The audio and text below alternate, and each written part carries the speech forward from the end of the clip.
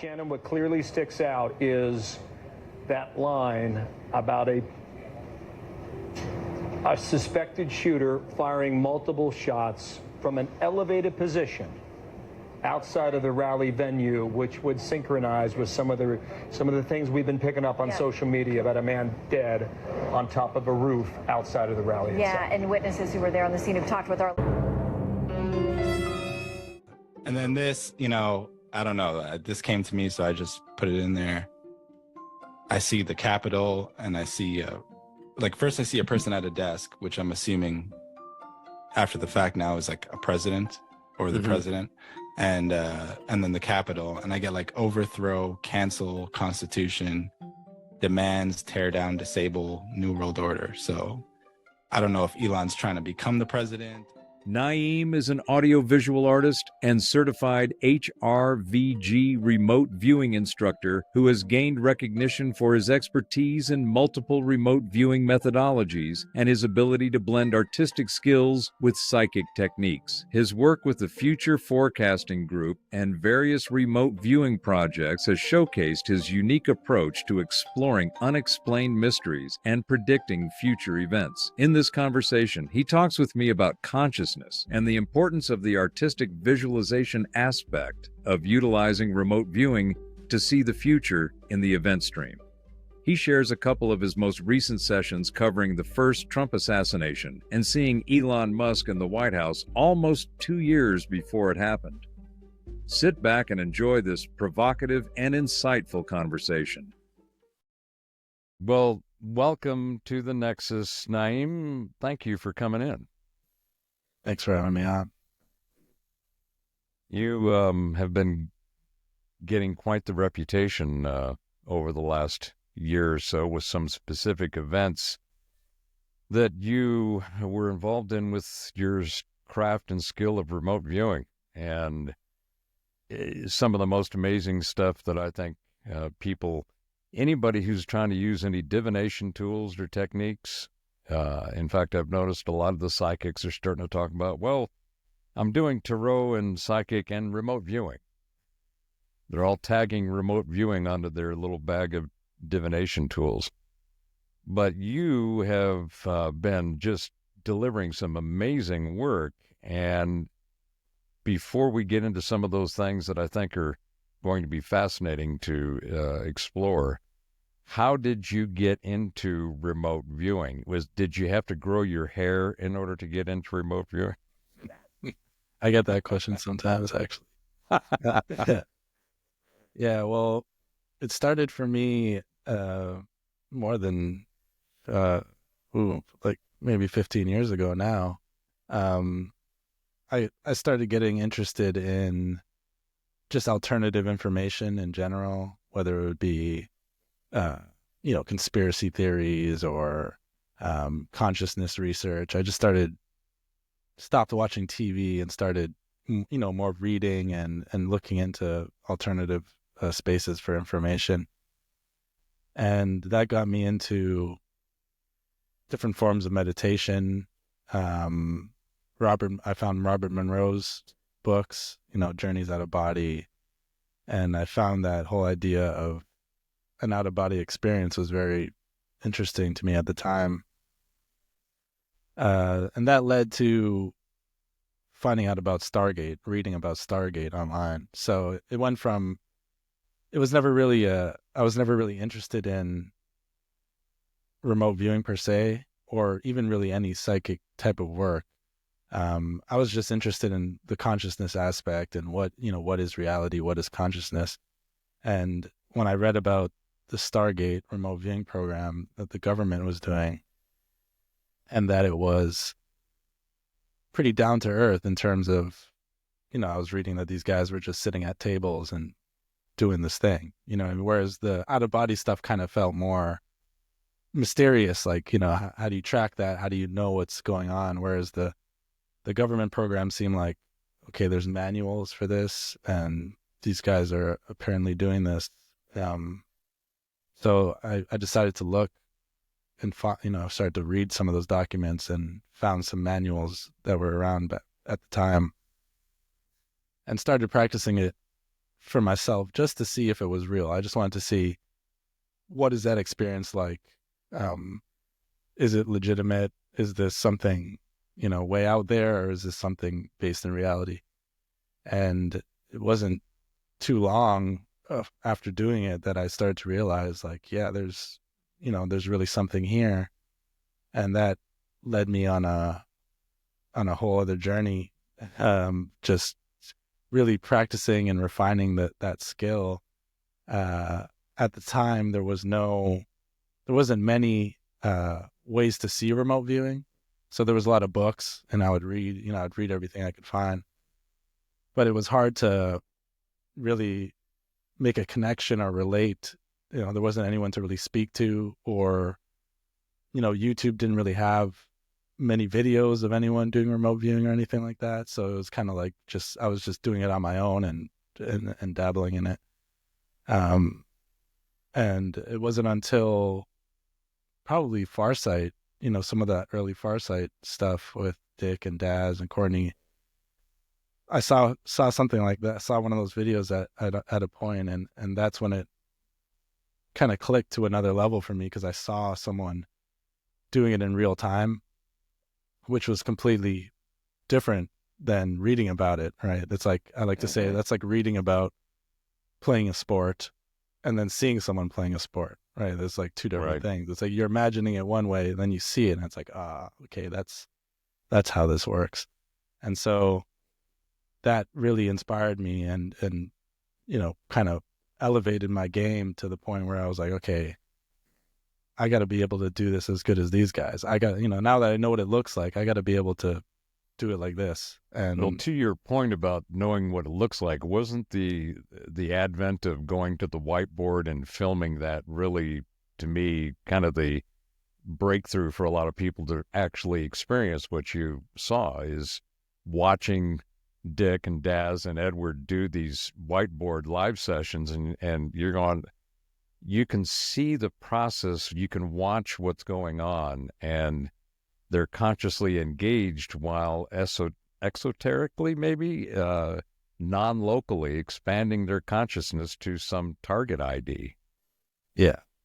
I remember watching a lot of Edward Reardon's videos. He has these videos where he's doing like, an hour and a half full session. And it's like, as someone who knows what the remote viewing process is like having done it myself, and then seeing him do it, who is someone who's more experienced, and you could see you see the input, you see how he's working it out, you see how the data gets recorded, and it just made the whole thing make more sense. It made it much more real. And I started doing the same thing. I started saying, okay, I'm going to record myself. I'm going to, start to record my own sessions here, because I just felt like no one knows, no one knows what's going on here. That's how I felt at the time. And it's like, and a lot of them still don't, right? Yeah.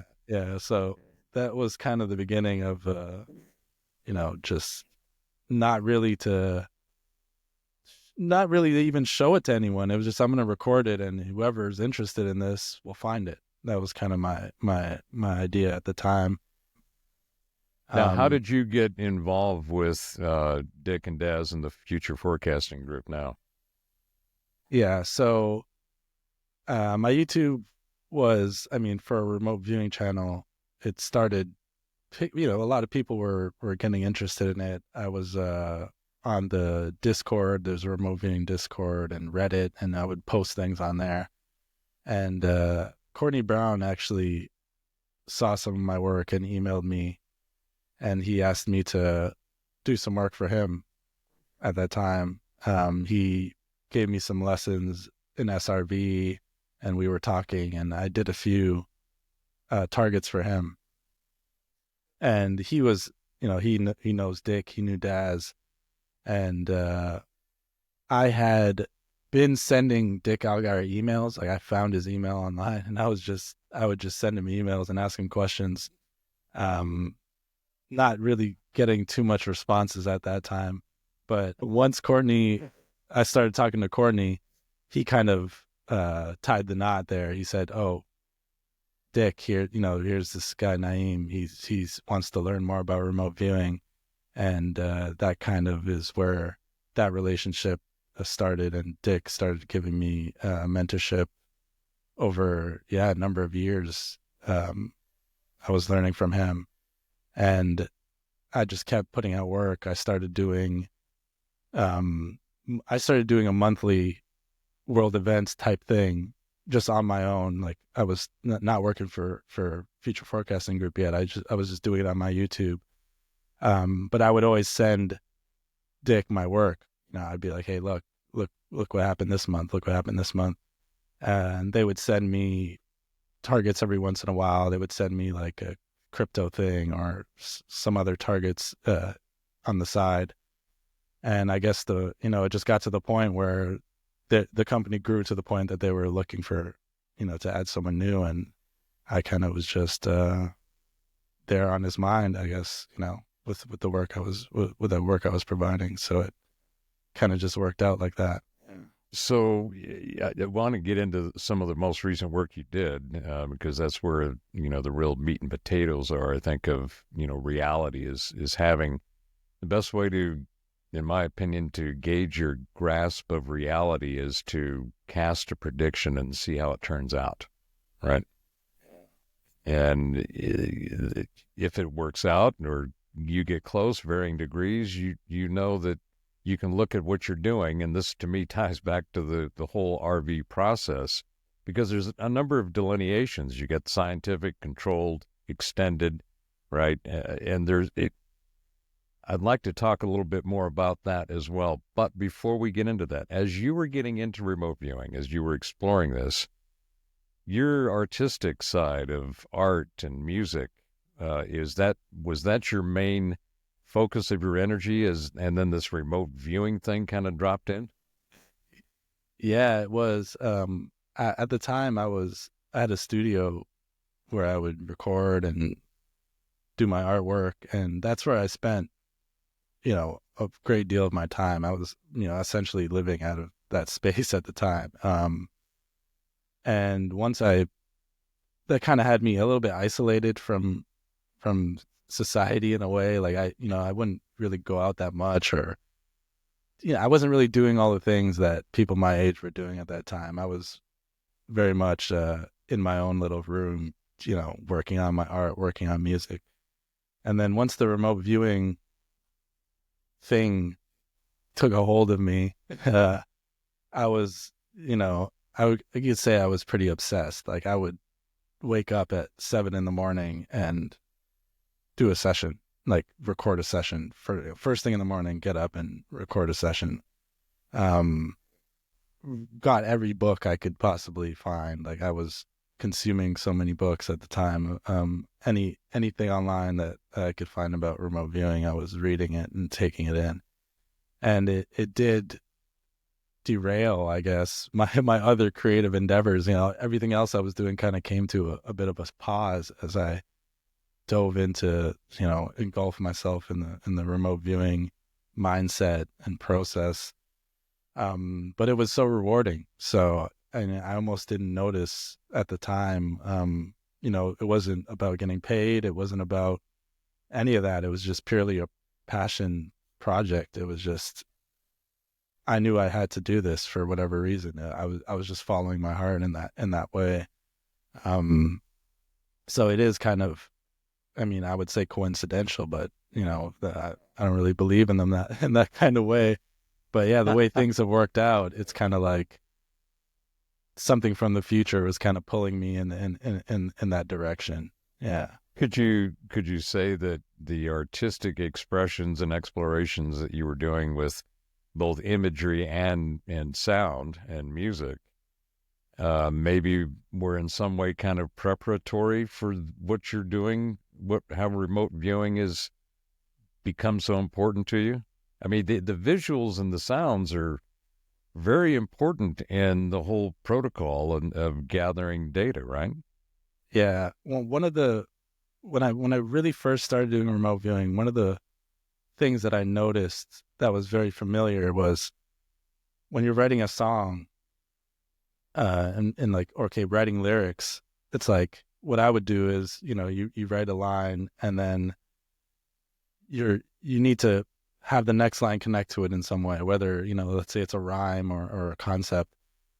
I would always write it, and then I'd write the first line, and I would go to write the next line as if I knew what it was going to be already. Like, I wouldn't have anything in my mind, but I would just go to put my pen to write.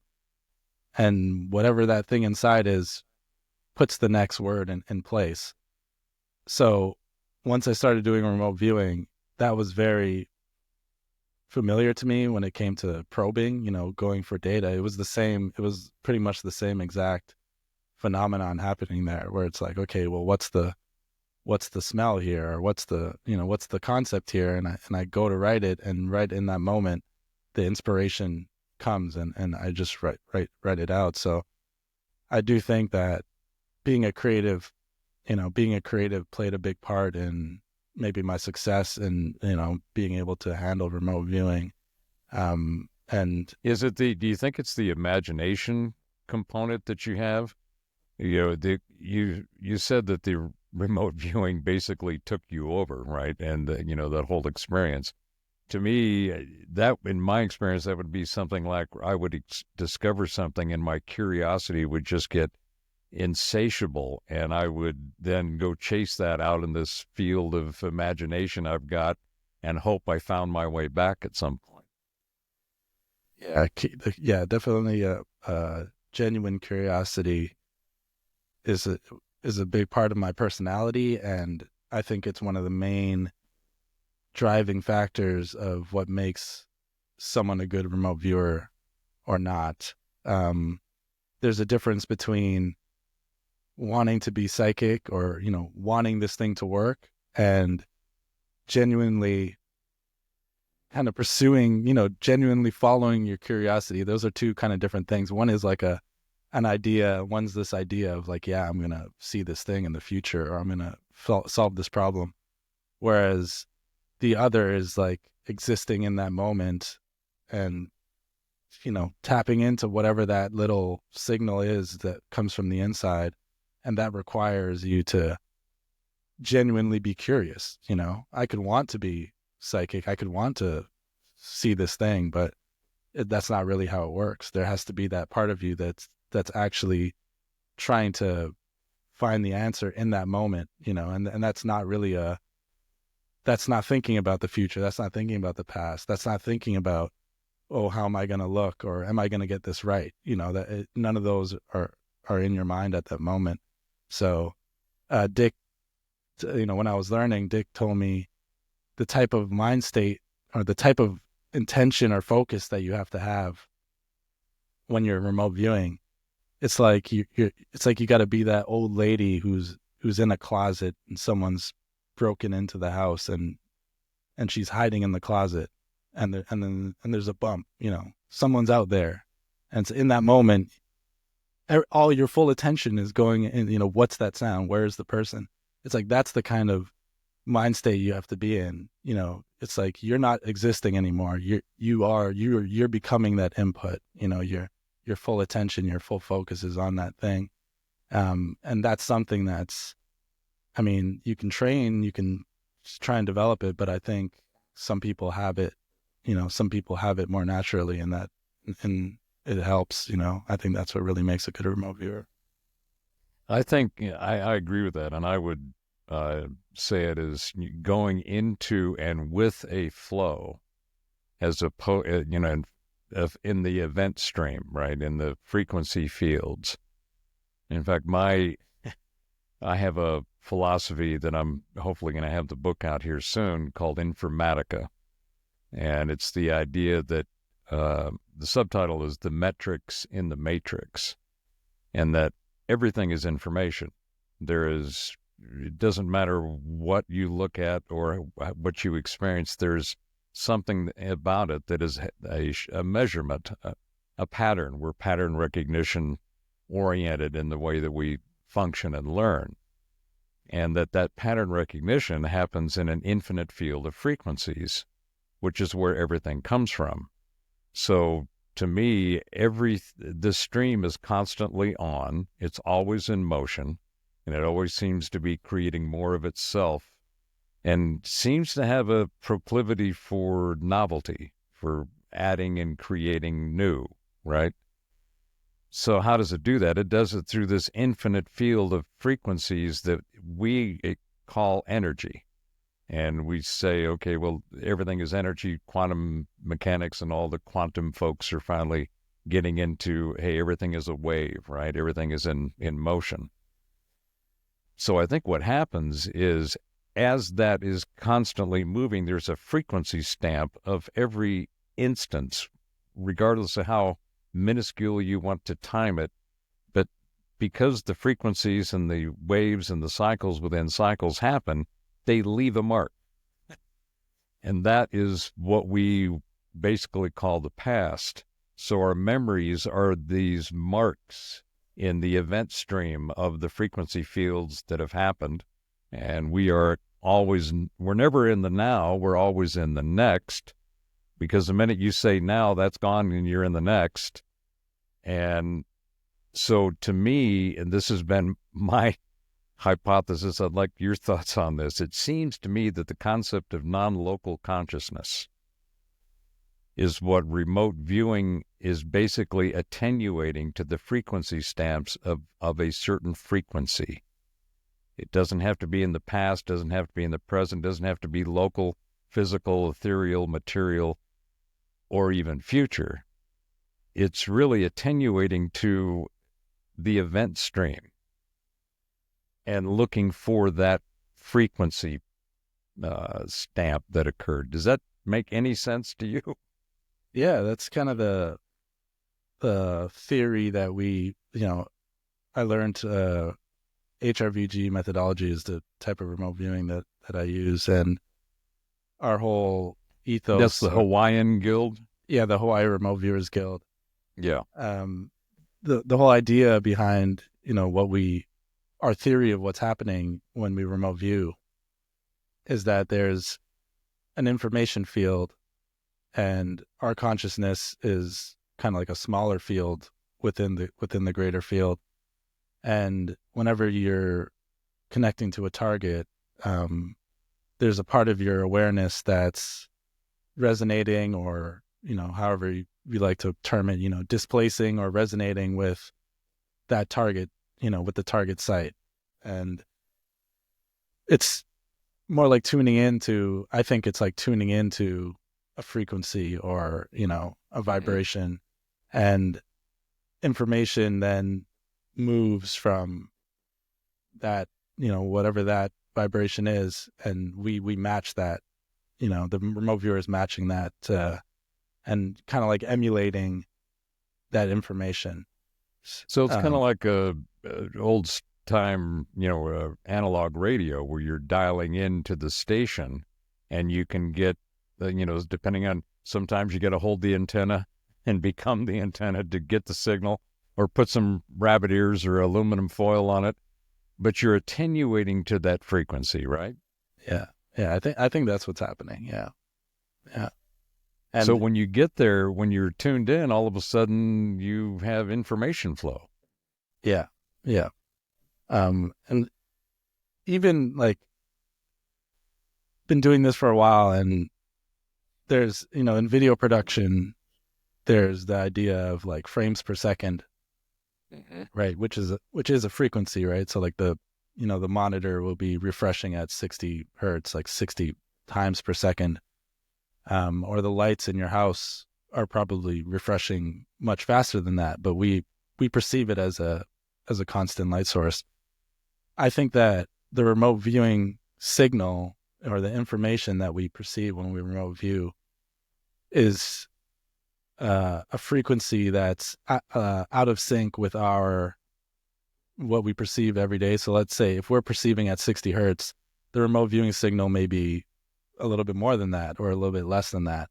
And so it's really when we shift our awareness to tune in to that other frequency, we get flashes of that information. And it literally, to me, it's happened many times to me, it literally is flickering sometimes, like, it comes in as a flickering image. So I think that the remote viewing signal is just is a different frequency rate than what we're, I guess, when in our waking conscious state, we're not in sync with it. So we don't, readily perceive it, but it's just outside of our perceptual, ability. And doing the remote viewing processes or meditation or, dream states or, ERV, things like that, pushes us just slightly in that direction so that we have what we call, a flash of insight, and we're able to perceive those things for a moment. But I really think it's physically like that, where it's coming in at a slightly different refresh rate than what we're perceiving in our physical reality. So how different is the protocol and the training that you did on your own in the beginning to what you're using now? One of the main, I guess some of the main differences are most of the remote viewing manuals and things out there are, for the most part, based on controlled remote viewing, CRV process. And I'm not knocking on it or anything like that. I've studied it and I use it. The main difference with the HRVG methodology that I learned was what I consider is using the highest bandwidth, our input that is the highest bandwidth or highest resolution is our visual field. So like whatever 80+% of what we perceive at any moment is visual information. Like humans are visually oriented creatures. Dogs go around with their nose and we go around with our eyes. That's what we scan the room with. That's what we orient ourselves with. So most remote viewing processes kind of neglect that visual field, and they rely more on receiving impressions and putting them into words, or receiving impressions and trying to sketch them through feeling. Whereas in HRVG methodology, we learn how to close our eyes and train our subconscious to place imagery in a specific place on demand. So, and I believe that the visual field is where the most information at the highest resolution can be communicated in a given moment. So that kind of changed the level, the level of information that I was able to consciously perceive and make sense of went, sometimes 100-fold from what I was doing before. Because one moment of seeing something is 1,000 words, then trying to get 1,000 words, one word at a time or something like that, right? So well, and the advantage there is that in the visual and the light range, we have much more access to the frequency fields that are available than we do hearing, sonically and audibly. But also on the body, when you get feelings, it's hard to find some words to figure out what the hell that feeling is that's going on. And you got to run it through the mental process and see what kind of images pop up or are emoted because of that emotion. So your work in art must have been something that you can also benefit from, using that particular aspect of the technique, being more visual in the data you're going after. Yeah. When I started learning how to see things in remote viewing, that actually made me go back and really study more into my art and how to see better, how to draw better. Like it kind of worked together. You've probably heard this said before, like, like a doctor does remote viewing, he's probably going to be good at doctor type information. He might get some medical stuff, and that's the stuff he'll pick up on. I think it's a similar thing. I mean, if you're a visual person, you're probably going to get some visual, you're probably going to be more attracted to or more easily process the visual information that's available in the signal. So, I mean, really, when I saw Dick Allgaier do certain sessions. And, I'd been doing remote viewing for many years up until that point. Like before I ever saw him work a session, I had been doing remote viewing and I was pretty good at it. I was decent. But when I saw him, some of the stuff he drew, honestly, I couldn't believe it. I just said, how is that possible? I just didn't think that was possible. So learning it, learning how that works and now being able to do that myself, it's just, I really think that we're playing ourselves short. We need to put more focus. We need to put more time and effort into developing our visual side if we really want to go somewhere with remote viewing. I think we're leaving out a very big chunk of, what's useful in remote viewing. And I did a talk for IRVA on this, last year about thinking in images and visual processing and the nonverbal, right-brained processes of consciousness. And I think that is one of the things that we're missing. And it's the thing that changed my remote viewing, 180 degrees. And it made it more interesting for me. It was getting to the point where I felt like I'm hitting a plateau. I'm hitting this barrier where it's like, why can't I get more information? Why can't I get a better idea of what the target is? Why does it feel like I'm separated from it? And I think it had a lot to do with that resolution, that bandwidth. You know what I mean? It was like us trying to have this conversation over text messages instead of just getting on a video call and doing it. I just got a real painful groan in my gut just thinking of that. That visual gave me pain. So it sounds to me, and this is one of my pet peeves of society in general. When I am a guest on other shows, I give them my little thing about who I am. And I was on Jimmy Church last October, and I gave him my standard little thing, which is I'm an autodidact semiotician with an insatiable curiosity and an overly fertilized field of imagination. And the first thing that stops everybody is autodidact. So what the hell's that? I've kind of heard that. And then semiotician, what's going on there? It's just using 25-cent words to make a sentence. Autodidact is self-taught, right? Which is what I think we all are, actually. Even those with the stamped pieces of paper hanging on the frame on the wall, they may have gone somewhere to get the information, but they taught themselves. And I think that that's really how we function, and we need to kind of change reframe the way that we think about learning and the fact that that's what we do.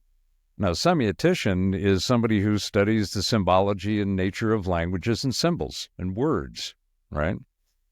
Well, in my Informatica model, one of the key tenets that I think is really important for people to understand is that language is the operating system of the mind. The words, the symbols, the letters, the sounds, all of that constitute the language that you use to explore and explain the reality you inhabit and engage with is going to frame it for you. And one of the examples I use is the word student. And the word student in English is typically referred to someone who is engaged in the study of something with the path to completion.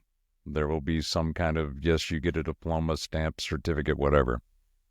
And then you move on to something else. In kanji, in Japanese, the word for student is ka, K-A. And their meaning of that is that once you are a student, you are always a student of it. You never stop being a student. It is a perpetual, continuous thing. That change right there, just understanding the word student from that perspective, would completely change Western society. People would stop. I think they would get an upgrade on the whole learning model and the concept of schooling versus education, and all of these things they're broken systems now. We are in the process, I think, of going through, people have called it the Great Reset. To me, I looked at it and I said, well, the first thing is happening, there's a great awakening. And that awakening has got eyeballs on shit that people didn't know was out there to have eyeballs on. And that's causing a great reveal. And it's like, well, shit, I didn't know that stuff was out there. And I didn't know these patterns and these nuggets were all connected in some way, shape, or form. And I don't like the way they look, actually. And that great reveal, after seeing all these patterns and so forth, is leading to a great rethink. So people are stopping and going, oh, wait a minute, I need to rethink this shit. Because the way it has been hasn't clearly worked out very well at all. And that is leading to what I think is the great reimagining. People are going to be able to have a free, open-minded, observational, neutral look at reality and try to reframe and reorganize how reality actually is. And it's going to come down to consciousness, which is what you and I started wanting to have a conversation about, or I certainly wanted to have a conversation with you about, because consciousness is, I think, an ontological model of reality is, to me, what explains everything that we experience. It explains the reality, the way it works, its nature, its habits, its functions, its characteristics. The concept of law is a man-made construct. I don't think the universe or consciousness has laws. It has it and its nature and its habit and its characteristics and the way that it unfolds itself. And I think the non-local experience and expression of consciousness, which is what you have developed an incredible mastery of that craft, I think that's where the real liberation of reality is going to come for the future. I think more and more people, when people see that, just like you shared, you weren't looking for remote viewing, you were drawing and you were making sounds and music and you were being a happy hermit. I know, because I would do the same thing and have done for a long time. If I'm just sitting here in my little creative studio and I've got nobody bothering me, I can determine what feed of nonsense I'm letting in, and I can instead focus on, I want some great music and I want to get out my guitars and I want to just fill this space with the sonic satiation of me going, yes, I would definitely rather do that. And it makes a difference in the way that you eventually attune yourself.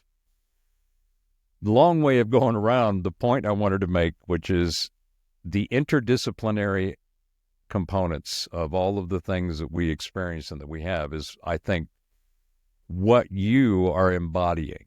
You've brought your art, your music, your mind, your curiosity, and you were working with all of that stuff collectively and independently, and then this thing called remote viewing stopped by and said, hey, want to go for a ride?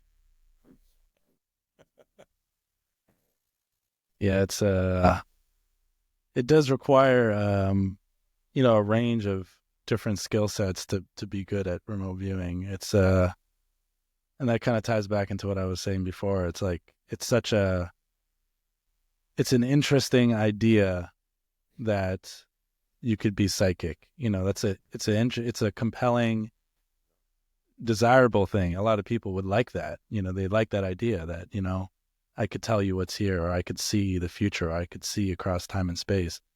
Everyone wants to be able to say that. Everyone would love if that was true. And I do think it is true in a sense.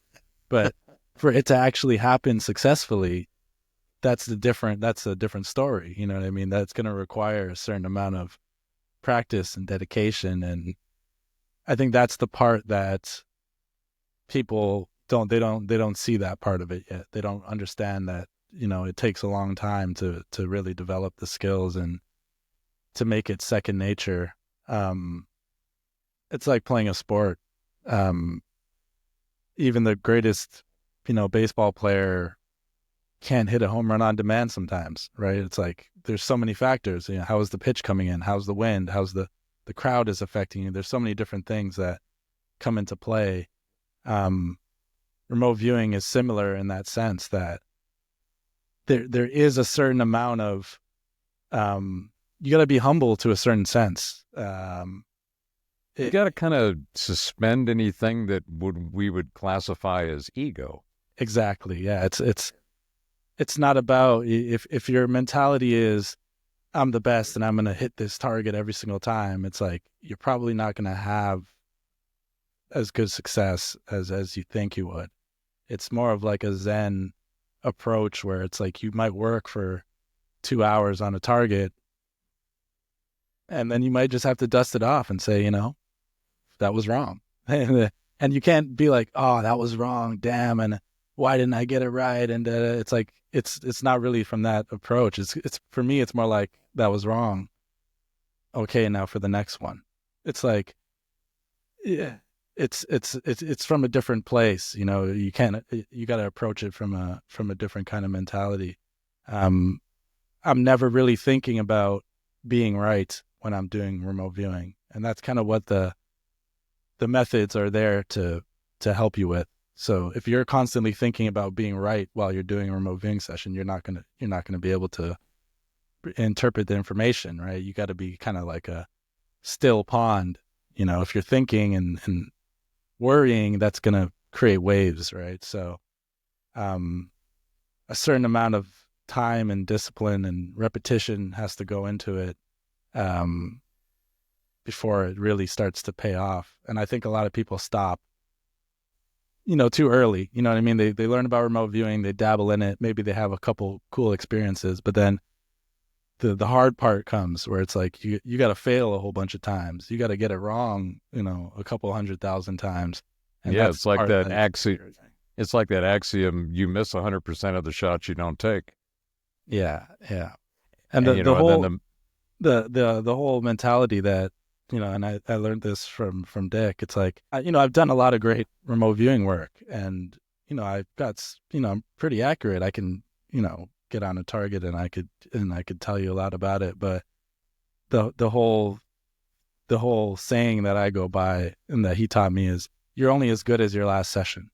That's how I think of it. So it's like, I'm not even, I'm not going to come out and brag about all these things that happened.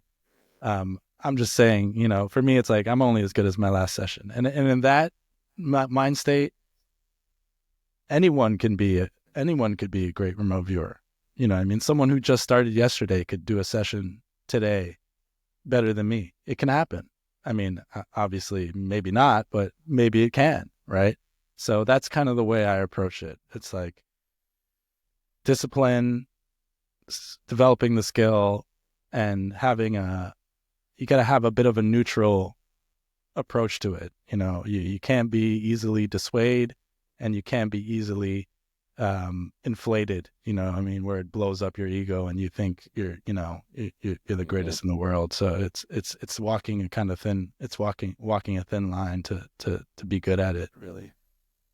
Well, have you seen Third Eye Spies, Russell Targ's remote viewing, about Stargate? Yeah. Some of the stuff in there, I mean, one of the most fascinating stories from that time was Pat Price, who was a sheriff or a policeman or chief or something, and he has zero training, zero exposure to the fact that there was even training or some kind of method or protocol that could be used. This guy just shows up, just starts flipping through. Yep, that person over there. Here you go. Yeah. To me let me ask you, what do you think that kind of psychic, and maybe psychic is even the wrong word, which is we could have another discussion about, but those kinds of abilities, do you think that's just something that person just is naturally attenuated to the field to be able to go see instantly? What is that, do you think? I mean, it's hard to say in some cases, but I think it's usually tied to different life experiences. Him being a police commissioner, maybe it's that need for knowing or being in that heat of the moment, having to solve something, an informational need that that needs to be had. Maybe that's puts him in a certain mind state. I think some people are just from what's happened in their life. Some say it's related to different traumas or different experiences that may have dissolved, the typical kind of ego or mask that we have on a day to day. Some people are just, very gifted in that sense. And I would never consider myself to be that. I was never, I had some precognitive dreams and stuff like that. But what I do when I remote view is definitely something that I developed through the practice. And now I can do it more casually, but it definitely was something that was developed over time. But there's definitely people out there that are like Pat Price, and they don't know a lick about taking a class or having to learn about it. Yeah. Yeah, they don't even know that there's a name for it. Yeah. They just kind of do it. Yeah. So let's talk about your experience with remote viewing, particularly, the big one that you hit last year was the Assassination. I mean, that was one of the biggest, if not the biggest, that I remember. You talked earlier about how you're attenuating to a visual, and sometimes it's like a flash and like a flicker, right, of a scene or a set of information. Describe what you experienced when you saw that event, when you were in that session. What was that like? Yeah, for Future Forecasting Group, we, at the end of every month, we do what we call world events sessions, and this is where we try to perceive the major upcoming news events over the horizon. So this is a bit of a slightly different approach from a typical remote viewing session, in that I am consciously going into this trying to see the future. It's not like a set target, it's not in a feedback folder. It's something that's going to occur. It's something that we're hoping is going to occur. So I was working this session, and we start off. What month was this? April, I think, or March? I think this was in April. I think we published this in April. Yeah. And we were looking forward for the quarter, the quarter of the year, the next quarter. So we were looking for the next few months. What's going to be the next big events that are going to occur. So we start off collecting, low-level sensory information at the beginning of the session, and this is in like a beta mind state, a awake and alert type state. And I just, I close my eyes and I look and I see a person in front of a crowd. Just for like a second and a half, I see a person in front of a crowd, and from there I start to probe for associated sensory data. Like, okay, I saw this scene. What's the sounds there? And I hear people talking. Okay, what's the smell? What's the taste? What's the temperature? Things like that. So that builds up kind of like a low resolution scene. So I have I'm putting all this information together, but it's not anything I'm going to jump to a conclusion on yet. It's a very much kind of like a skeletal framework of what is happening at this target. So now, are you writing the information as you're seeing it? Yeah. So I'm sketching these things. I'm, filling in little cells, little boxes where we record the information, and then we assemble it on a single page. So there's a whole bunch of, kind of like casting a wide net. We collect a whole bunch of little lines of data, and then we try and put it together on a single page intuitively. So it's like, okay, where does this thing go? Where does this sound go? Where is this person standing? And we try and put it together. And so I had a person in front of a crowd, large crowd of people. And really that's all I had at that point in the session. So we take that and we move into what we call S4. And this is where we try and isolate each part. So if there was a person there, we're going to try and look at that person in detail and try and find out more about that person. We want to look at the area that they're in. We want to look at the people in the crowd and see what's happening with them. And this happens in more of a alpha state. So this is like bordering on like the daydream type, mind state whenever we go to do this. So prior to this part in the session, I'll be seeing things for maybe a second, like a quick flash. Whereas once I move to this part of the session, sometimes I could see something for 4 to 12 seconds, depending on how strong the signal is. So going into this one, I knew there was this person in front of a crowd, and I'm saying, okay, I want to see what happens here. And I close my eyes and I look on a place that we call Blackboard. This is that area that we train ourselves for the subconscious to place the imagery. And I saw a man doing a speech in front of a crowd. And as I'm going to, draw this, I'm starting to draw it. As I'm drawing it, more little things kind of pop in as I'm trying to record it, probing for different information. Like, okay, what is it? What is he talking about? Okay, it's political. He's charismatic. He's animated. People are, engaged in this guy. He's the center of attention. And then I saw, just like a quick flash, I see a person with a rifle, up and to the left. Like it's hard to explain. You kind of just know things. I just knew that this guy was up and to the left, so I just draw this guy somewhere, elevated and off to the left. There's this sharpshooter. There's someone with a rifle. So I sketch all that, and I'm just getting the sense that this is like an assassination type event. And as you can imagine, at that time, you record some data like that, it's like, well, your conscious mind is going to start to come in and start to think it knows what it is, right? It's going to want to name it and say, oh, this is this person or this is that person. So at that point, I kind of had to leave it there. I said, okay, if I try and get anything more on this, it's very likely that I'm going to add some stuff in that's maybe not there, right? So that was that part of it. And I had another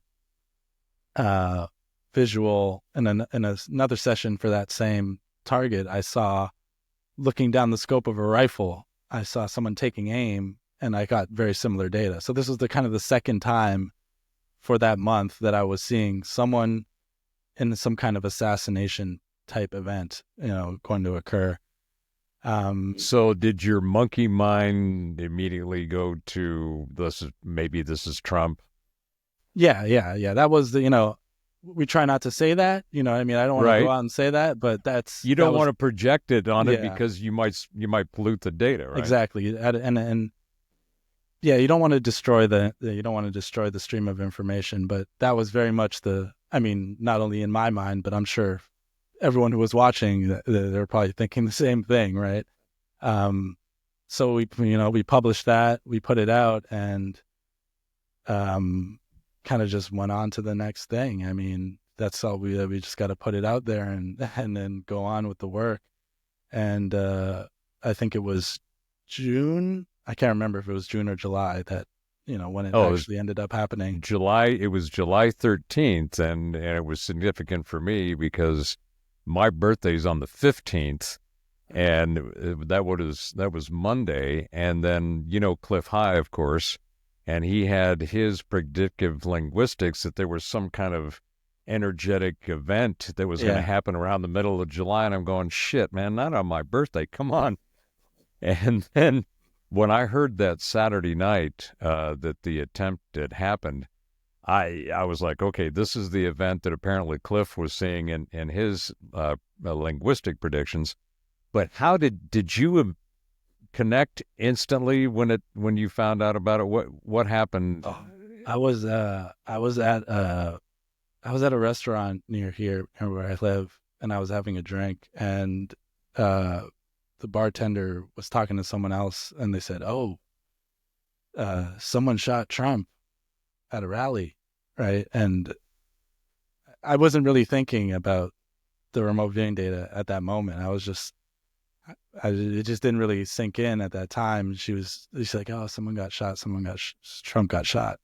So I said, "Okay, let me look at the news," and I pulled up BBC, and it said Trump falls at rally or something. It didn't say anything about him getting shot at the time. It just said like he fell down or walked off the stage or something like that. So I kind of just said, okay, whatever. This is what this is something silly. And then maybe half an hour went by, and I went back and started seeing, on Twitter and different news media started showing the actual videos and of what actually happened. And that's when I was like, okay, this is it. Yeah, this is exactly what I saw. This is exactly what I drew.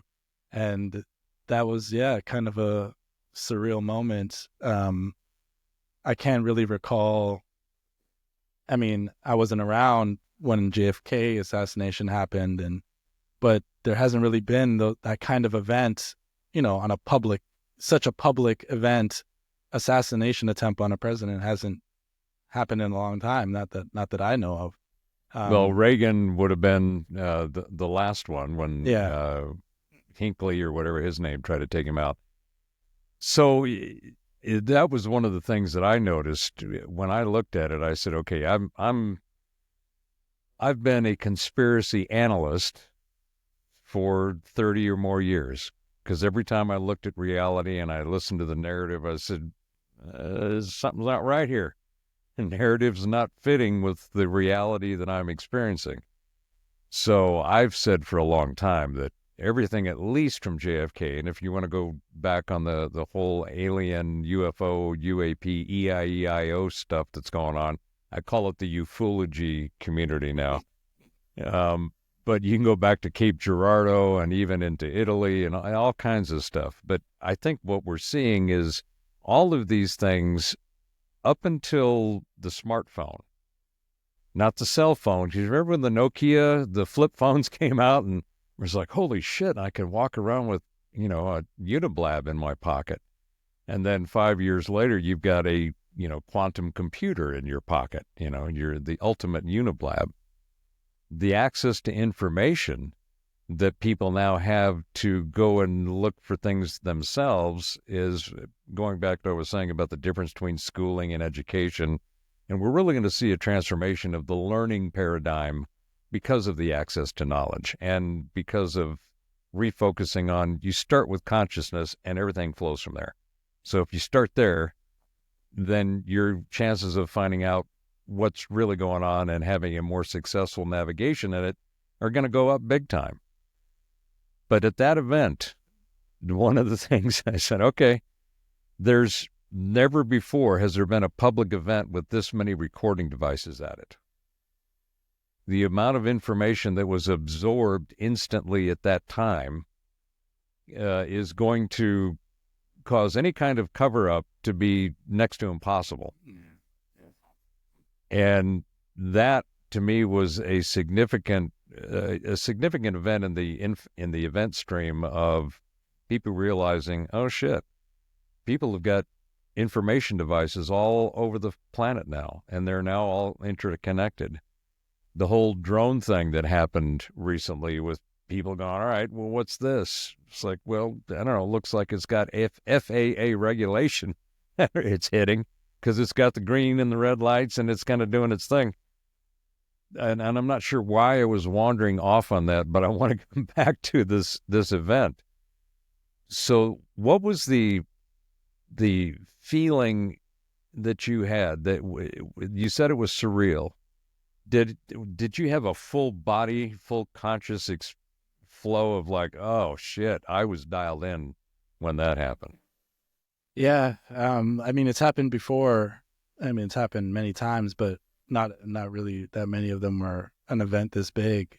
I definitely kind of went back in my mind to when we recorded that debrief, and sometimes it's like, oh man, I wish I said more, or I wish I did more on that,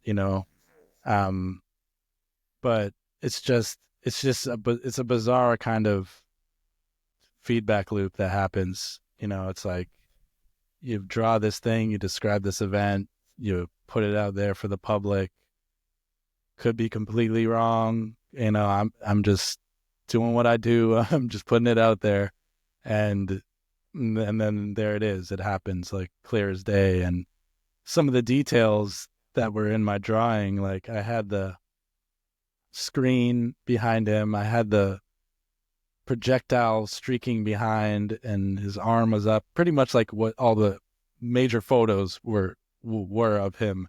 I had it drawn in my drawing there. And it's just like the amount of information that comes in those flashes, it's more than the conscious mind can process. It's more than the remote viewer realizes. So all I can do in that moment is let my let my hand go where it wants to go, and sketch out whatever's inside of me at that moment, probe for some follow-up information, and try and keep it as clean as possible, right? Before you ruin it, it's a small window of opportunity is how I see it. There's a window of time where it's like, you have access to this target now. Once you get to a certain point, once you've collected a certain amount of information, there's a much higher chance that you're going to pollute it with your own opinions and stuff like that. But it's, it fascinates me every time. I'm a bit numb to it because I do it all the time, but at the same time, it's like, yeah, there it is. It happened again. It's got to be a fascinating experience to have have enough of experience with it where the profundity of it, how just absolutely dead on it can be, and yet you can't go into it looking for that. You just have to go into it to see what happens, and you've got to do it and let it go and move on to the next, and let the data, prove itself over time.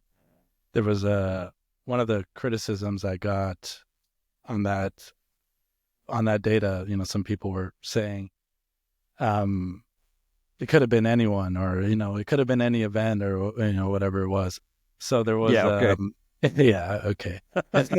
So there was a couple months later, what was it? I think August we were doing world events again, and I see a guy with a gun, and I'm probing into it, and I get, this is another assassin type event, right? And I'm saying, okay, this time I'm going to look at the person's face. And that's what I told myself. I'm going to draw this person's face. I'm going to look at their face so that there's no questioning it, who it's going to be. If this really happens, I would have drawn him. So I look, I close my eyes, I look, I see this person, and I draw them. So I draw this guy, and I say, there's going to be a high-profile assassination attempt. He's going to flee, and there's going to be like a manhunt. Like police are going to shut down the area and try and find this guy. That's what I described in my work. And then it was the next month was the Ryan Ruth assassination attempt. And my drawing, people can go look at it and make up their own mind, but I saw that guy and I drew him before it happened. I drew his face. So people want to try and, calculate the probabilities of what that is. I'd love to hear about the only people that get wound up about stuff like that and don't see it for what it is, they have a whole bunch of other issues that are unresolved. It's like, if you got to get wound up and go cherry pick stuff that is clearly, you're making up so that you can feel justified, then you have an ego problem. Yeah. You got some narcissist shit going down. So that is empirical data. And that's one of the things that so many of our sciences, hell, even the other divination tools, need more of is empirical, demonstrable, credible data. And I got to tell you, as a one who wanders in the woo and looks for all of the stuff that's going on out there, seeing the kind of results that you're doing and your team with Ed, Dick, and Daz, and Sean's been knocking it out as well. It's been fun watching him come along. But you guys, the track record of being able to use that non-local consciousness to go see what was, what is, and what may be, is I think it's a gift to the upgrade of humanity. Yeah. And it doesn't get the attention and the respect that I think that it deserves. I mean, if those skills are things that, like you said, you didn't go looking for remote viewing. You kind of fell face first into it, you know? Yeah. And the next thing you know, you're covered in it and you're loving it. Those skills, the psychic abilities are that you're using a protocol and a methodology. You're basically using a tool set to go decode the metrics in the matrix. Yeah. Yeah. I think society, for the most part, is, there's some fear behind those ideas. Trying all manufactured. For them to accept that it's too hard for a lot of society to accept that could be possible. It's so much easier to say, oh, well, why haven't they won the lottery yet? Or why haven't, it's so much easier to brush it away with these stupid kind of, comments than it is to actually sit there and look at the information and study it over time and say, okay, maybe I thought it was a coincidence, but now that I've seen it for 5, 6, 7, 8, 9, 10 years from all these different people, maybe I should take it a little more seriously now. It's just easier to put it off onto something else, whether it's technology. It's okay for technology to do amazing things. We're fine with that. But when it's human beings doing it, it's like, no, we gotta, we can't accept that. I don't know what it is. It's, I don't know, maybe it's the responsibility or the implications of what that means. Some people, I guess, I've experienced this in my personal life. Some people find out what I do and they're scared, they're scared I'm going to see something about them or I'm going to know something about them that they don't want me to know. So it's like, there's a lot of different threads that come from this. And for whatever reason, it's a hard pill for humanity to swallow. But I'm with you in the fact that this is a tool that I think we were using stuff like this in the past. How else would have cultures in the past have made it as far as they made it? They must have had foresight. They must have known things that they didn't learn in the conventional sense. They had insights, they had intuition. And for the most part, our modern day society, we still have it, but it's barely functioning to the level that it would have been in the past. And when it does happen, we cover it up and say it's something else. You know what I mean? We make up excuses for it. Yeah. Get thee behind me, and yeah. all that crazy shit. I'd like to go into something that we were talking about earlier when you were talking about the importance of the visualization and that mental blackboard, right? Where that's a space where you try to get the visuals, the images into. Is that what that is? Yeah, that's a specific spot that we close our eyes and we look in that spot always for getting visual information from the subconscious. So it's kind of like a mental screen, or that's the visual stage for information to show itself. Yeah. So when you were describing that, you also said that you think that that's an area that needs to have more focus, and people will get more out of their sessions and just out of the process and the protocol of remote viewing. That visualization was accessed or focused on more. Yeah. One of the first things that I teach when I'm teaching remote viewing the first thing we do in a session in HRVG is called a visual ideogram. So, you're probably familiar with a spontaneous ideogram, which is like this, the scribble. We do a visual ideogram first, and this is where we close our eyes. So first thing in the session is we close our eyes and we look for 1.5 seconds. So it's done just that fast. And we immediately draw what we see. And, I've seen some amazing things. Some of my students have drawn some amazing things. You can see the whole target in that 1.5 seconds. It could happen. It's not going to happen every time, but that's the type of power we're dealing with when we're talking about the visual field. Like, you could literally just see the target in the first second of your session. Like, all these things that we do in remote viewing and all the different methods and things that people are doing, it's like, yeah, they help and they have their purposes, but if we could get down to the real, the nitty gritty of it, it's like, yeah, we could close our eyes and see what's there. You know what I mean? The information is there. We just got to learn how to decode it and in the right outlets, right? And that's the example I've given the talk on it. It's like using dial-up, right? It's like, we're not going to use dial-up internet for this conversation. It just can't happen, right? Similarly, in remote viewing, if you want high resolution, if you want the experiential type data, which is obviously what is desirable, if we want to give a good report, a coherent report, or if you want to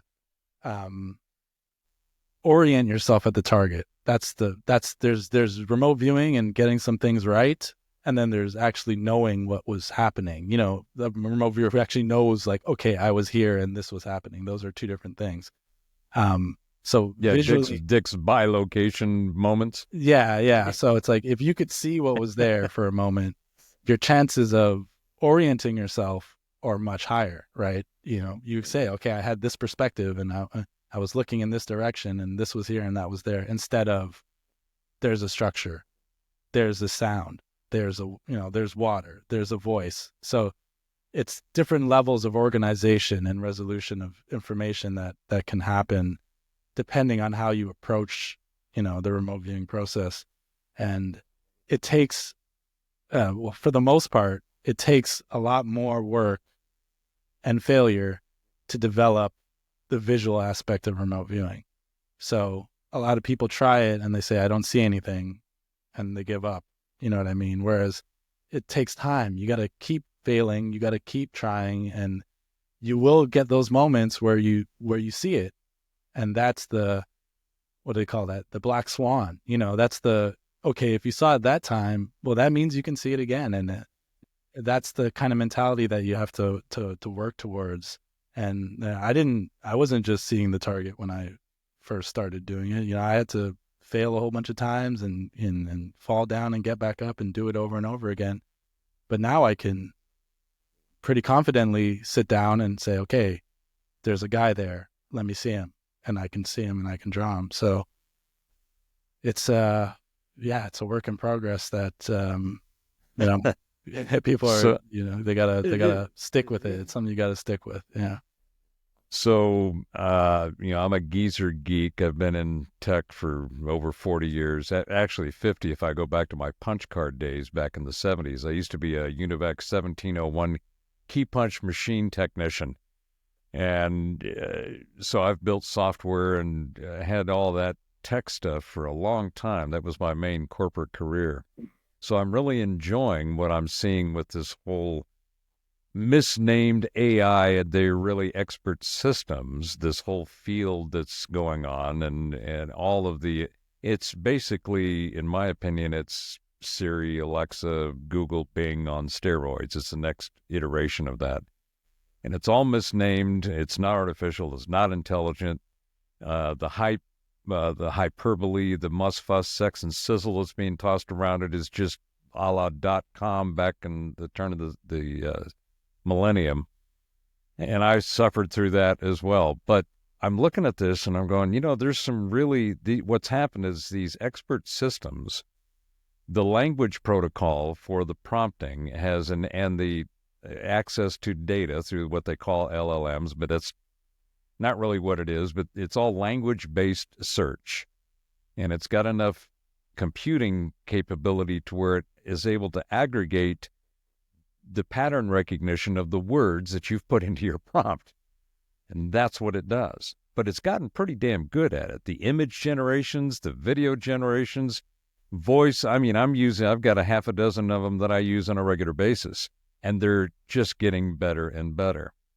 So my question to you is, on the whole idea of focusing more on the visualization and the visual component of what you're doing with remote viewing, do you see any way that these expert systems could be used as a part of that process? Well, I know there's a lot of people that are using, trying to use the AI image generation to, like, they'll put their session data into the AI and then let it generate images to match up with their with the session data and stuff like that. And I mean, is that working, or is it at that level yet? I mean, to a degree. I mean, it does give an image that in some cases is better than anything the person could draw. So I guess in that sense, it can be useful. For me, I'm very much into developing the human part of it. And I don't think anything will ever match up to you drawing what you saw as a human being, like what you experienced in that moment. If you take that and put it into an AI, yes, it may produce a nice image, a nice, pretty image, but I don't think it'll ever match up to what could be if you learn how to draw what you saw in that moment. I think that's, and the drawing and the seeing are like two sides of the same coin. That's the problem, I guess, that I have with that idea. It's like, I'm just going to put the words in and let it do the drawings. And okay, I mean, that can work, I guess, but seeing it and then drawing it is a part of the same process. It's the same thing. So if you want to be able to see it, you're going to have to get good at drawing it. That's kind of like the crux there. And I think that's just, I mean, why wouldn't you want to develop that? I mean, to me, it's just right. Like, I don't want the AI to do that part for me. I want to experience that part. That's what makes. Yeah, it feels to me like being old school analog. You know, I want to be able to sit there and have that it's like tactile visceral experience. I was there, so to speak, so I'll draw it. You know what I mean? The thing, it wasn't there. Mm-hmm. I don't want to play a game of broken telephone with the AI, but yeah, because sometimes you're looking at a visual and you have to search for the words to even describe what you're seeing. And if the AI is going to require you to put some words in there and you can't pick them up from what you're seeing, it's like, well, you go away. Give me a pencil and I'm going to draw this thing out. Yeah. Because I don't know what it is, but it looks kind of like this, right? Yeah. I mean, I have nothing against it, and I think it'll be a great tool for many people. But my focus is on augmenting human consciousness and the human abilities. That's where my main interest is. I'm not really super interested in the AI thing. I mean, it's there, but I haven't gotten super deep into it or anything like that. Yeah. I think it's kind of overblown for the most part. Yeah. I've been pounding on this for the last few years. I have my own technology stack of a model that I built for the future, which is based on tokenization and expert systems replacing all of the stuff that is broken and we're using now. And we're actually seeing this happening with Elon and the doggy boys. I mean, they're going in there and just saying, well, we have built a system that goes in and looks for things, pattern recognition, and where it finds stuff that doesn't end well, it throws a flag up and we go look at it again. That's all this stuff is. And that's all the AI tools actually are, is they're just pattern recognition guarded with guardrails over a prompt, over a specified data set. And it's always static. You can't have sentience. the people that go on about, well, AI is going to come take my job. And it's like, well, it's going to replace the function that you may be doing that's probably unneeded and can be gotten rid of. But the people who use AI are the ones that are going to get rid of your job. Yeah. Because it's going to be an efficiency boom, because the interrogation of existing systems will reveal the inefficiencies. And that is where the real hope, I think, of that technology is going to be going forward. But we're in the middle of AI wars. I'm calling it's the bot battle. I mean, they're all out there trying to outcompete one another, and they don't realize, I think they do, and something they're trying to figure out how to navigate it. But in the end, there can't be one AI. There's not going to be one AI that everybody's going to use. It's going to be an open source assistant that will gather agents that you define, that you want, and configure for the way you want shit done. Yeah. And so it's going to be a commodity, in my opinion. And I think that's where it's going to be very useful. But you guys, you've done so in the crypto viewing, having to go poke along the blockchain and the crypto world of the tokenization. I don't know, Dick, he drops his regular vids on the blockchain's coming. Everything's going to be tokenized. And I completely agree with that. Just from a technology perspective, trying to gauge my grasp of the reality of the environment that we're in, that we're going to be all tokenized. Your identity is going to be your currency, and you will be your own bank, because the architecture and the infrastructure will enable that to actually, for the individual to have that sovereignty and provenance of their assets. But when you guys go look at AI and you go look at cryptos, that's like the wild, wild west out there. Yeah, it's definitely a different kind of subject matter for remote viewing. Like, how do you remote view a cryptocurrency, right? That's not really something that people were doing. How do you do a bit and a byte out there in some kind of energetic form that's always moving? Yeah, we kind of had to develop some new ways to approach that kind of information, because there isn't, I wouldn't say there isn't, but the sensory kind of data that you would typically use to describe a location or a person or an event isn't going to be necessarily the type of information that someone who wants to know what's going to happen with the cryptocurrency. I mean, telling you. Well, is that why you haven't hit the crypto lotto? Right? Yeah. So it's like we had to find out different ways to approach how this cryptocurrency, it's not going to have a smell and a taste and all that kind of stuff, but there's people associated with the cryptocurrency, so we can look at those people. Or there's people who are going to be in possession of that cryptocurrency, so we can tap into those people and see, how are they feeling, or what's their life like. Trying to, experimenting with charts. How can you forecast charts using your intuition, which is something I developed a way to try and predict the movements of a financial chart, and I've had really good success with that, being able to. Is it like the associative RV? Is it along those lines? No, this is this could work hand in hand with ARV. So I think ARV technical analysis and this methodology that I created can kind of be used to like triangulate on on what exactly something is going to do. And it involves every single day, like let's say for a month, every single day of that month, precognitively, doing this in advance, trying to predict if an asset is going to move up or down, and then trying to kind of douse for which days in that month are going to be the peak and the trough. So when is it going to be the highest and when is it going to be the lowest in that month? And for, I had some of the numbers crunched. It was like over 80% accuracy. I was able to predict when the peak or the low would be every month for Bitcoin in advance.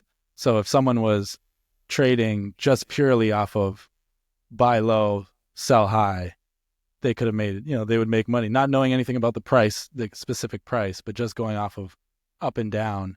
They could have made a lot of money. So there's different ways that, we're approaching this and trying to make sense of it. Because obviously it's not easy to call the exact price of what financial asset's going to be. So it's been fun. I mean, a lot of our subscribers need that chart that I do. It's in high demand. They like to see it every month. If I ever forget, I get complaints. So I make sure I do it every month. Yeah. Well, if you're getting in the 80% range, I mean, that's better than 90% or more of what's, who's out there making calls on things. I think with that and things like ARV, so let's say the sense is that, okay, it's going to peak on the 17th of the month, let's say. Then you could take some ARV, you can make an ARV tasking to say, okay, on the 17th, is it going to be over this price or under this price? To try and see if you can confirm or see what, and then you could have your technical analyst, what are they saying is going to happen around the 17th? And kind of using those different data points, you can get a good grip on what's going to happen. And I've done that a bunch of times. Like, I'll do my chart, and then we have Marty, who's a technical analyst for Future Forecasting Group. So I would have done my chart before the month starts, and then I'll watch his analysis, and he'll be saying, oh, around this day, we might break out here, or we might, it might fall down here. And I'll look at my chart and be like, okay, well, I think we're going to break out because I have it peaking around this time.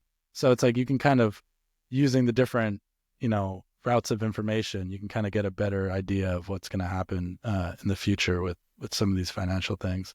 So it's like it's new territory, trying new things, but we've had some good successes, and, we have a lot of subscribers that have done good using some of that information.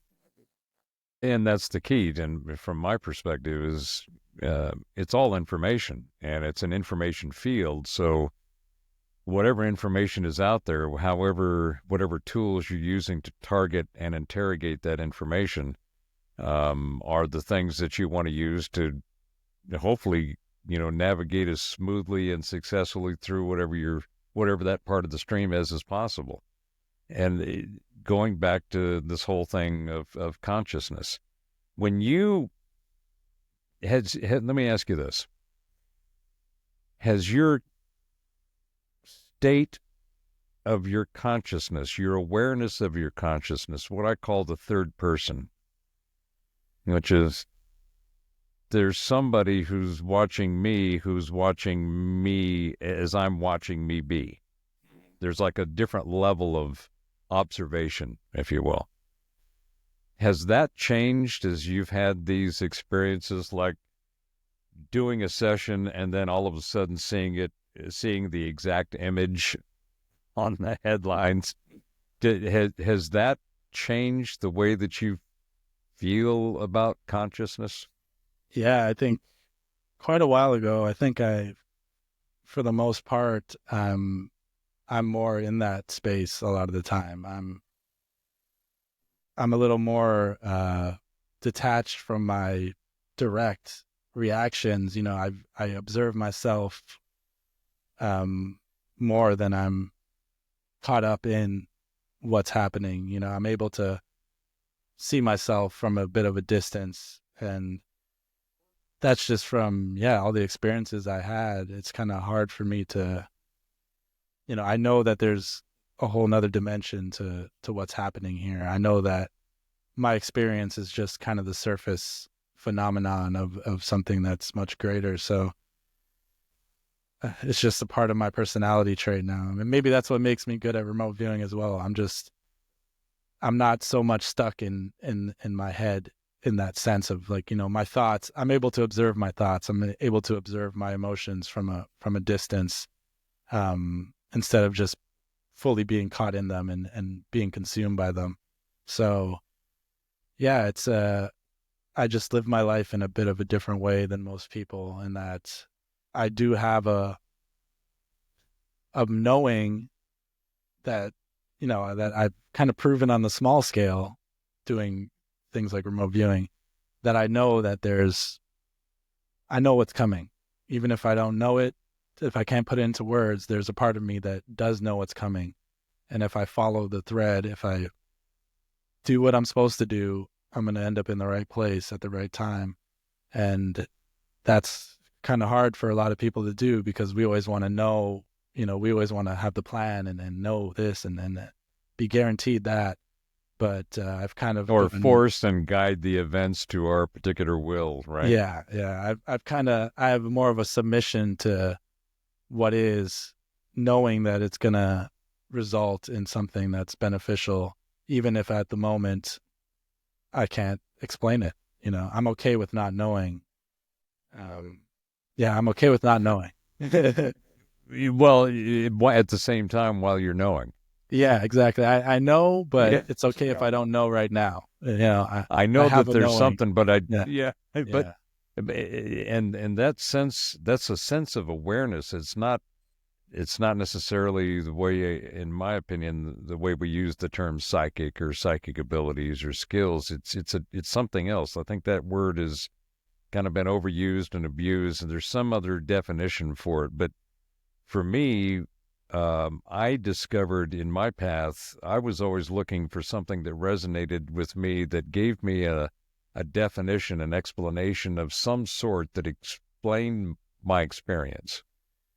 Because I was having an experience that, as I was saying earlier, the narrative I was given about the reality I was inhabiting just wasn't working. It's like, oh, no, this is not right, because I'm experiencing this.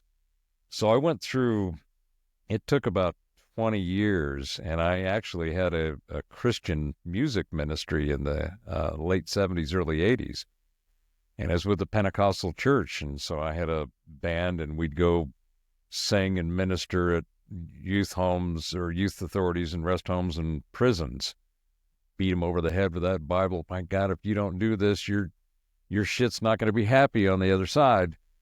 And so I went through all of that, and I realized that all of the stuff every time I looked into it, the more questions I had.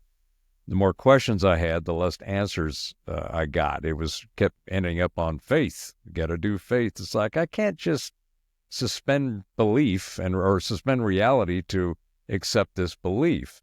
As I was trying to find something that gave me some kind of definition, all the theological things weren't working.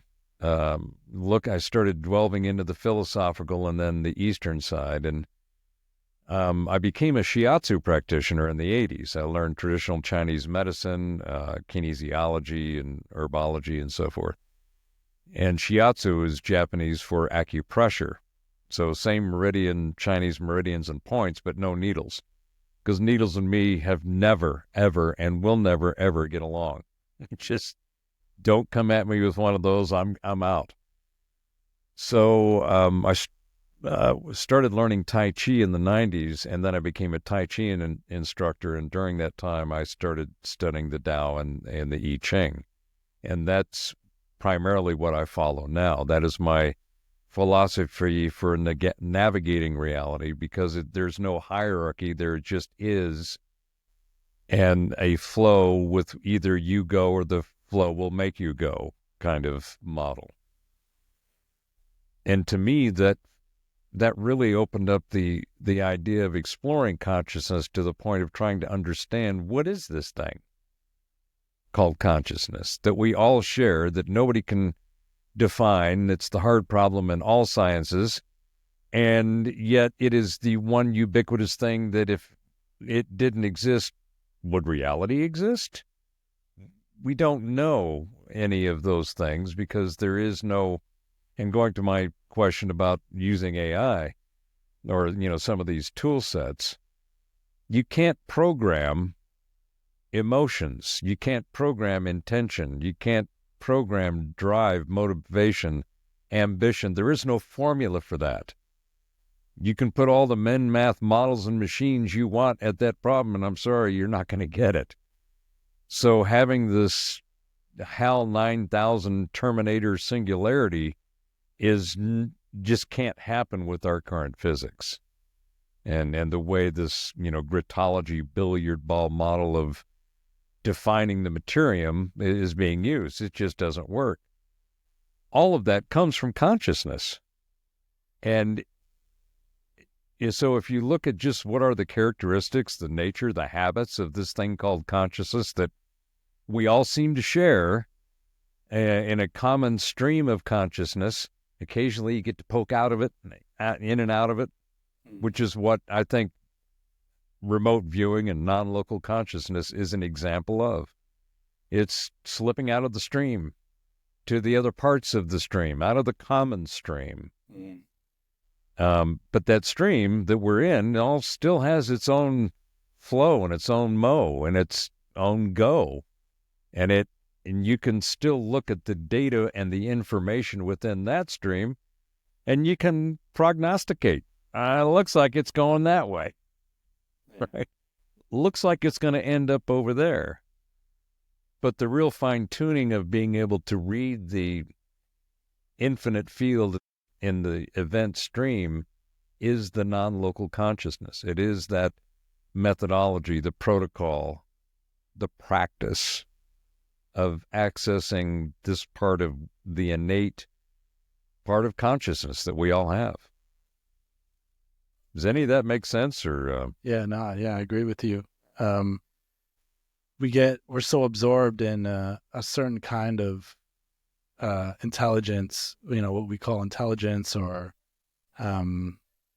logic, all these different things that in our society are the cornerstone. You know what I mean? It's like, if you want to be successful, you got to do these things. You got to be, you got to be book smart. You got to get your degree. You got to do this. You got to do that.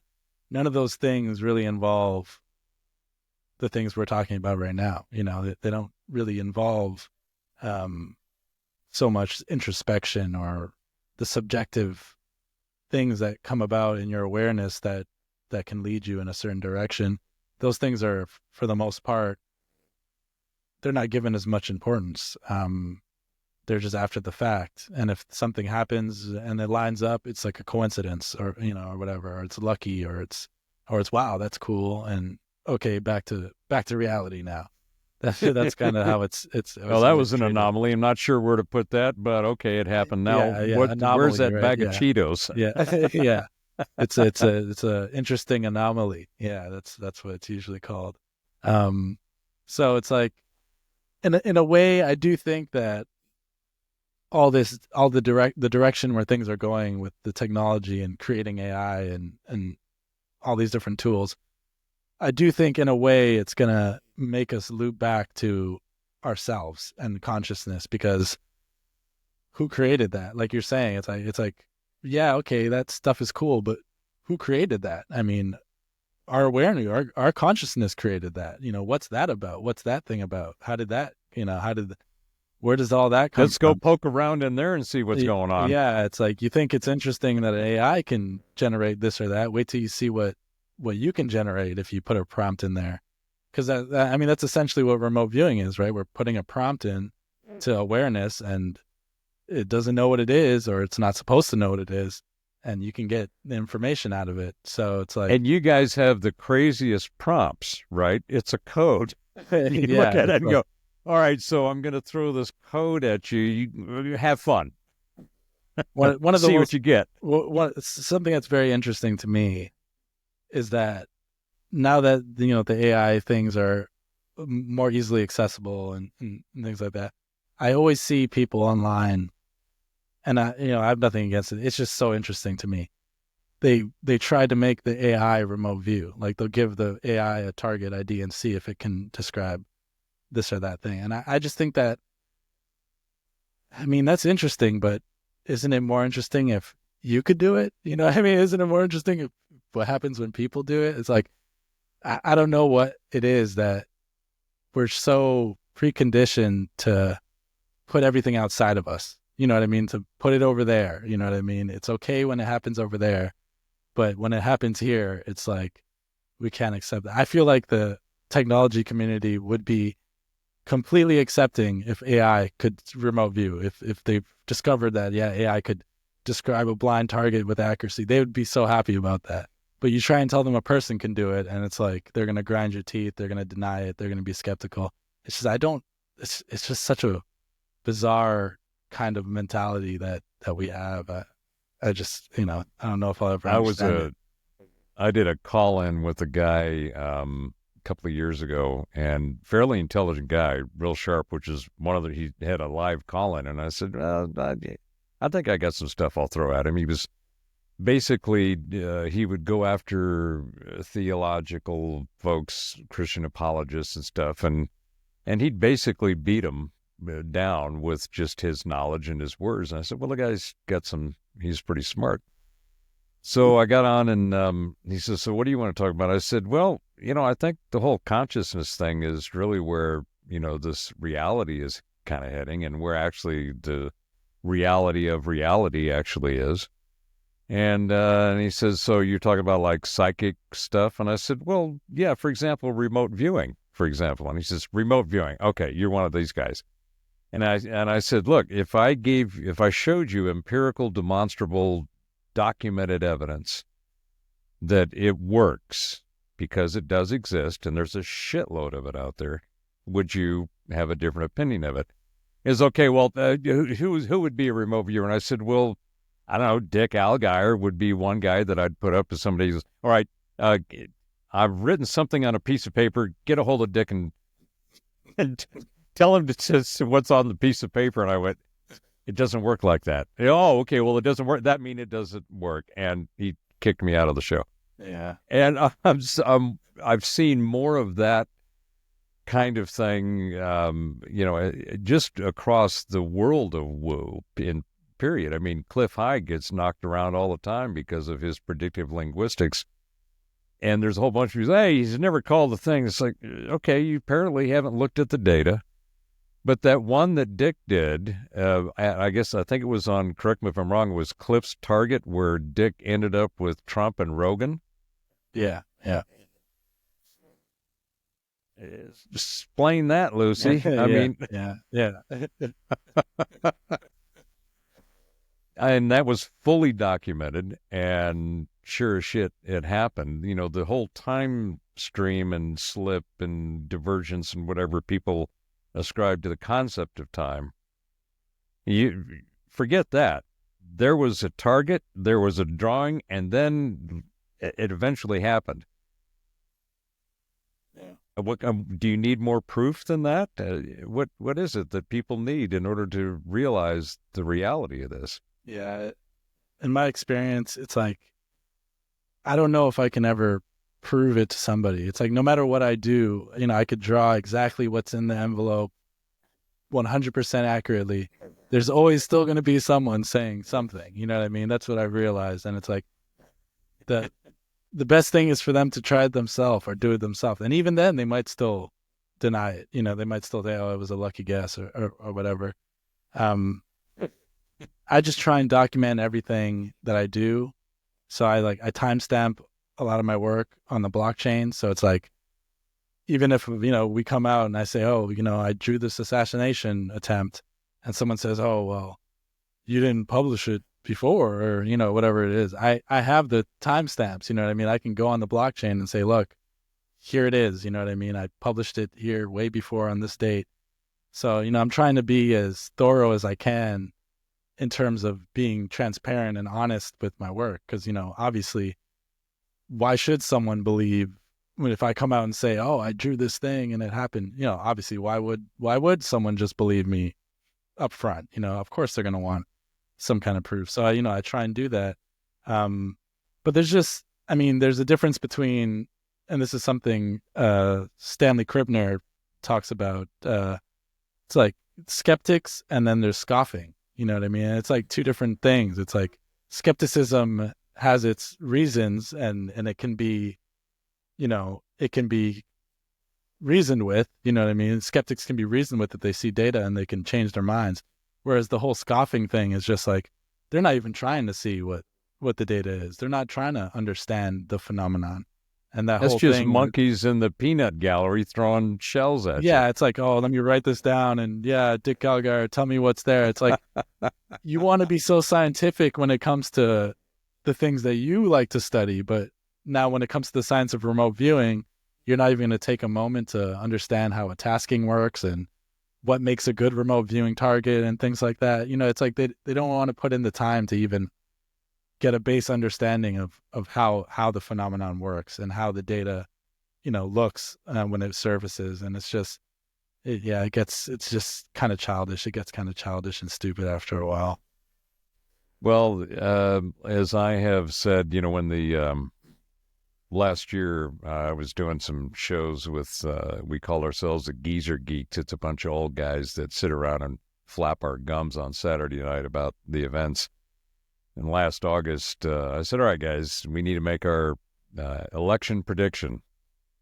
And there was still a lot of, well, I sure hope Trump wins, but I don't know, it's looking kind of sketchy, who knows what's going to be pulled and this and that. And I said, my feeling, not my psychic ability, not any kind of vision or any kind of bolt from the blue or any kind of anything else or, gazing and navel gazing, okay? It feels to me, going back to what you and I were talking about earlier, it's a feeling, a knowing. The original word of for knowing or to know is gnosis, right? And gnosis, kind of like the student and the Ka thing we talked about, gnosis meant not only knowing, but it's something you felt in your bones, something you felt. So I said, all right, I'm going to cast my geezer gaze out, and it looks to me like by the middle of November, and this is all documented because we were doing a live stream. And I said, it looks like the middle of November, the election will be clearly over, and it will be nothing more than a formality from October 15th on. And they're going, well, why do you think that? And I said, it's the way the energy is moving. I don't care how much shenanigans are going to be pulled or attempted. It's going to be overwhelming. And then I said, it will be a landslide. And then the 2 days before the election, a friend of mine also has his own shows. He's a graphic artist, and he also does tarot. So he does a Sunday morning show, and so I got on, and I said, all right, Scotty, let's pull some cards. Toss a little tarot. Here's the interrogation. Will we know it's over before the polls close?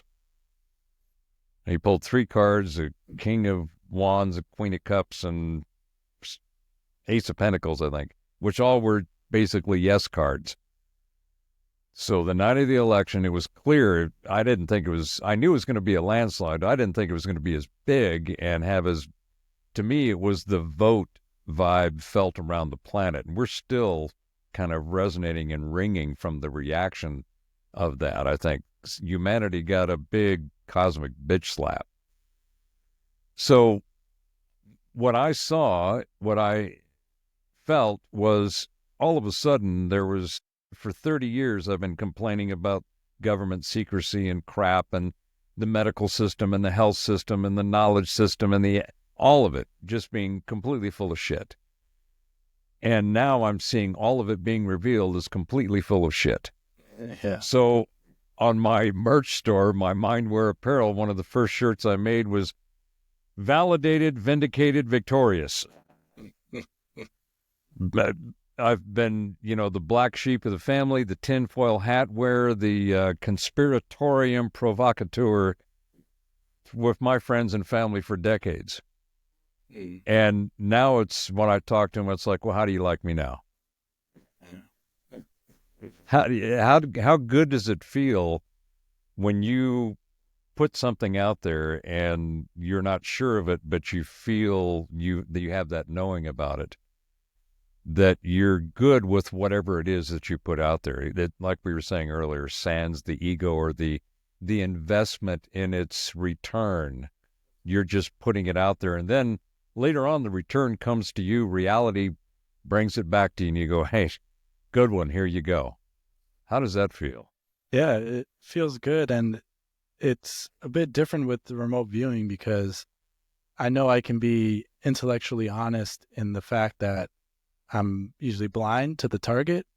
So it's not like anyone can accuse me of purposely trying to put out a certain narrative. It's like I didn't even know what the target is at the time that I'm producing the information. So it's like I'm being as honest and transparent as I can when I put out the information, and I'm completely and admittedly open to being wrong. You know what I mean? I'm not here saying I'm the all-knowing, omniscient, always right. You know what I mean? It's like, and that's what I get from the other side all the time. It's like, oh, you guys are wrong or this and that. It's like, yeah, I mean, no one's over here saying that, that we're right 100% of the time. It's just such a, I don't know. Well, that goes with that other axiom. If you're never wrong, then you're never trying. Right. And like, right. so many times, like, I like that sometimes when we do stuff for FFG, they'll take some clips of it and they'll put it on YouTube. Right. So some of the things that we do, is only on the private site, whereas sometimes some clips of it end up on YouTube. So like, we did a session on Elon Musk in 2023. We did a session on Elon Musk. And so in that session, I drew him, I drew his face. I drew this guy. He's wealthy. He's an inventor. He's a mastermind. He's a technologist. I'm describing him. And then I draw the Capitol, and I drew the president, and I said this guy is going to be in the Capitol, or he's associated with the president and the New World Order, something. Yeah, I didn't know what it all meant. I just, I didn't even know who it was, right? I'm just blindly working this target. Then, we get the target reveal, and it's Elon Musk. And it's like, okay, I'm sitting there saying, what, Elon Musk is going to be in the White House, or he's going to be in the Capitol associated with what's going on here? Yeah, what does that mean? Let's move on to Nyiam and go through his data. Nyiam. Okay, so then here's Elon. Pale white, blonde hair, inventor, problem solver extraordinaire, ingenuity, evil genius, hated or loved, and it's a divisive topic. And then here, this was like, I don't usually see people, their full body. Like I usually see their face, or I'll see like if they're doing something, I'll see them. When I saw him here, it literally looked like a pose. Like it was like seeing a video game character. Like he was just like standing there posing. And the sense I got here was like, very well dressed, Caucasian, suited. Mathematics, science, genealogy are his interests. He's like a consultant, mastermind genius. Mm-hmm. I get like complex algebra, or something about sequences and sequential. He has a reputation, but then I get like he's in a secret society or tied to an elite group, members only. I even get like a trickster, but trusted by some. And I thought that was literally almost exactly the kind of pose I saw. So, yeah, that's it. So yeah, this is some more here. Male, 40 plus, pale, Caucasian, business, media, corporate type person, bold, intimidating, courageous and outspoken and brave, but has problems or issues. Again, I get like the mastermind. He's trying to like calculate or solve a messy problem. I felt like he has a plan or a blueprint that feels like societal and organizational, but it's like a team or group effort that's being played out or is playing out in technology, finance, education. And again, I get this geographical, topographical, maybe that's the tunnel stuff there. Evil genius vibe. Here I see a wheel type thing, rotation, currents, charge, amperes, generation. This felt like a free energy type device to me. Something with a wheel on it that looks shaped kind of like this. So we'll see if he's maybe working on something like that. And then this, I don't know, this came to me, so I just put it in there. I see the Capitol, and I see first I see a person at a desk, which I'm assuming after the fact now is like a president or the president, and then the Capitol, and I get like overthrow, cancel, constitution, demands, tear down, disable, new world order. So I don't know if Elon's trying to become the president or. So nice session, Nyiam. Fascinating. Here we are a couple years later, and he's right-hand man. He's on the TV with Trump speaking from the Capitol, running the Doge, Department of Government Efficiency. That's there. That's on YouTube. That was posted on YouTube way back then. And you could see the comments. Some people are like, oh, this is garbage. This is, what are these wackos talking about? And now, months later, now you see some people there saying, oh my God, he was right. How did he know that? And it's like, hey, I was okay with being wrong, but you better be okay with me being right. That's the thing. So that's sweet. yeah, it's like, hey, it's there. It's an experiment. That's how I always see, the remote viewing thing. It's an ongoing experiment. Every time you do it, it's an experiment. It's an experiment that we know works and can produce good information, but it's always an experiment every time it happens. So I'm okay with it going wrong. I'm not perfect. No one's perfect. So, but acknowledge the truth to it, acknowledge when it's right, don't be so quick to dismiss it when it's right. When it's wrong, you're quick to dismiss it, but when it's right, what happens then? You know what I mean? No one wants to acknowledge it in those moments. And it's like, yeah. Can we have a little balance, please? Yeah, I mean, yeah. That's why I asked to have this conversation with you, Nyiam, because I have been a follower and a consumer. I really want to explore more of the technique just for myself, but I have had way more fun just watching all of it unfold with you guys at Future Forecasting back in the 90s when Courtney dropped his book, and then started Russell Targ's work, that Third Eye Spies, for people who haven't seen it, highly recommended. It's one of those you go, oh, okay, there's that stuff going on. But as it's unfolded, Dick just did an interview with Glenn Wheaton, didn't he? Yeah. And I highly recommend that as well. When you see the amount of work and the adherence to these people that go on about follow the science, and all that, it's like, well, yeah, every time I follow the science, all I'd find is money. And it's not science denial. It's, look, scientific method has been breached. And it's just like what Doge and what we're seeing with all of this government exposure of just corrupt and broken systems, that some of it's by design, a lot of it's just organically, it's just corroded into a bunch of corrupted crap for decades, and you can't unfuck that. It has to be replaced. So the idea that there is models, there is methodology, there is protocol, there is scientifically documented steps, and it doesn't even have to be science. Systems and processes are what's missing in the majority of how people think and experience life.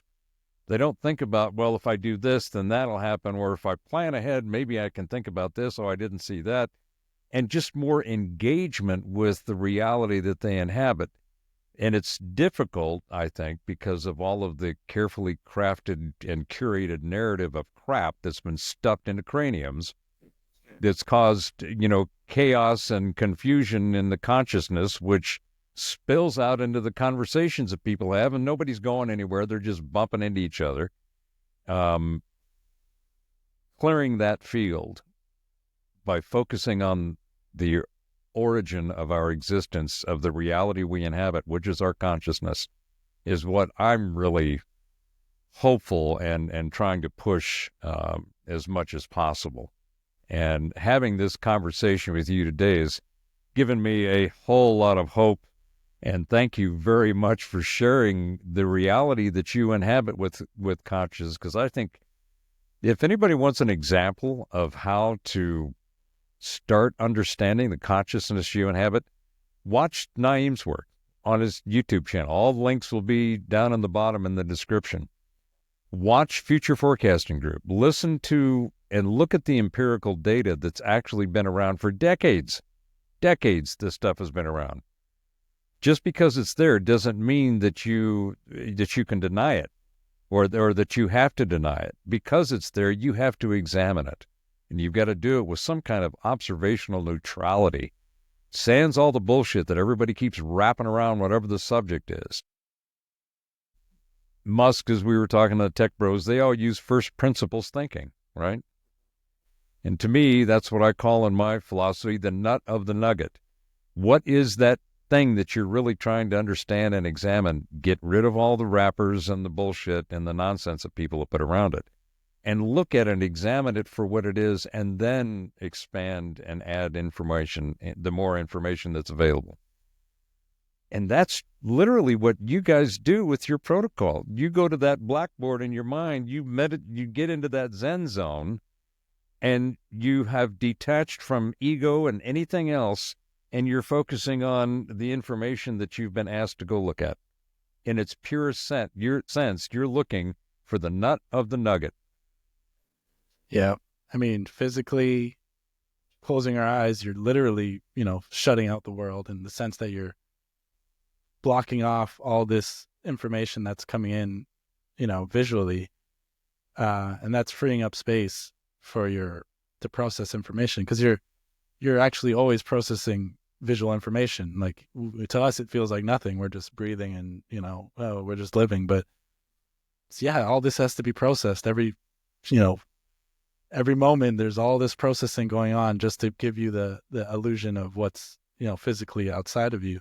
So, and, when we go into the remote viewing state, in order to get that moment of insight, to get that clarity, you want to try and shut out some of that, the outside noise and what's happening outside, and tune into that part of us that is connected with the greater field of awareness, which is some kind of unconscious or subconscious or, whatever kind of word that, people want to use to describe it.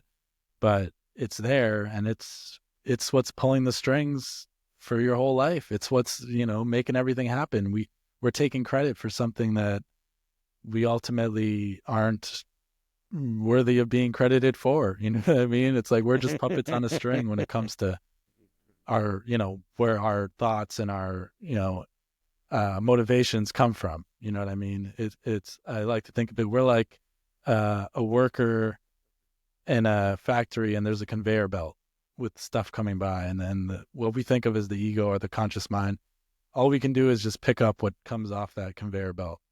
Sometimes we don't pick up something, sometimes we let some things go by, but that's the scope of our choice-making process. It's like, yeah, we don't And really sometimes have... you're like, sometimes you're like Lucy and I Love Lucy, where she's standing there and all the cupcakes coming by and you're shoving them in. You're trying not to miss one. And So it's like, we got to take a moment and understand the wider scope of what's going on with ourselves. You know what I mean? All this stuff on the outside can entertain you forever. You know what I mean? All this stuff, politics and government and the world and what's happening here and this show and all these addictions and things that we do. But really, it's the control or the power or the what's really important is what's happening inside, and, figuring that out, because that's the key to living a better life ultimately, and getting to some state of humanity where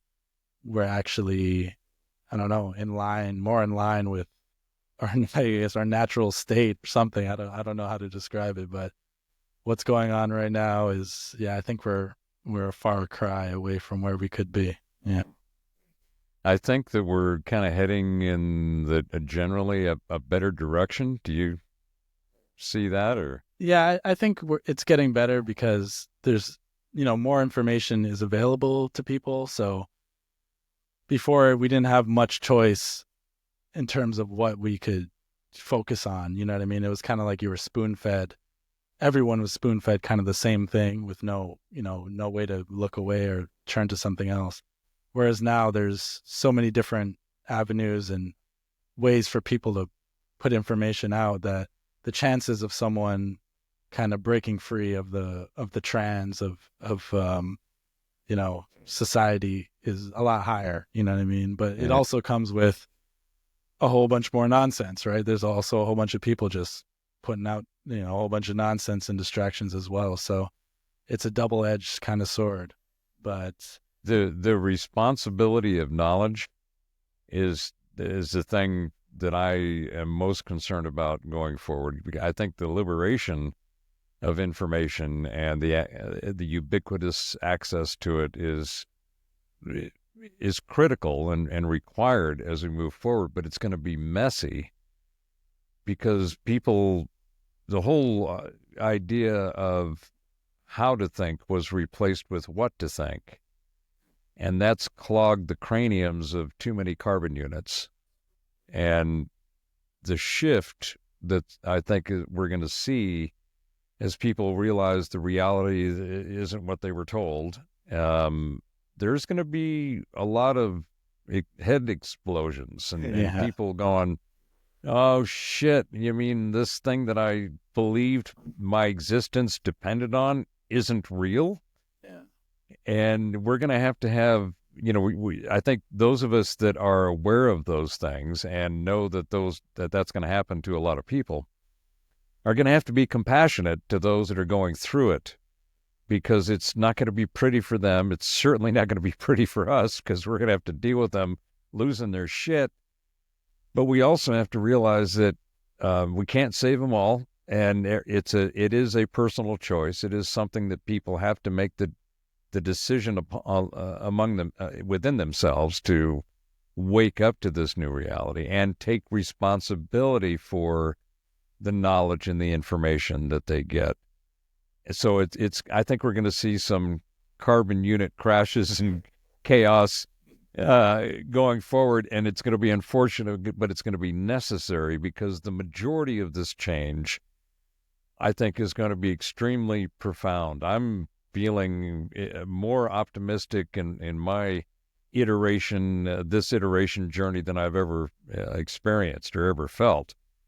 I'm very optimistic, and I'm very much looking forward to participating in this transformative disruption that I think we're going through, not only as humanity and a species and the planet, but I think it's also in a cosmic sense. I think the telemetry that we have indicates that we're getting bombarded by this galactic current sheet of energy that is something that seems to have some kind of cyclical nature to it, but it's very profound in the way it affects the energetic manifestations that we are.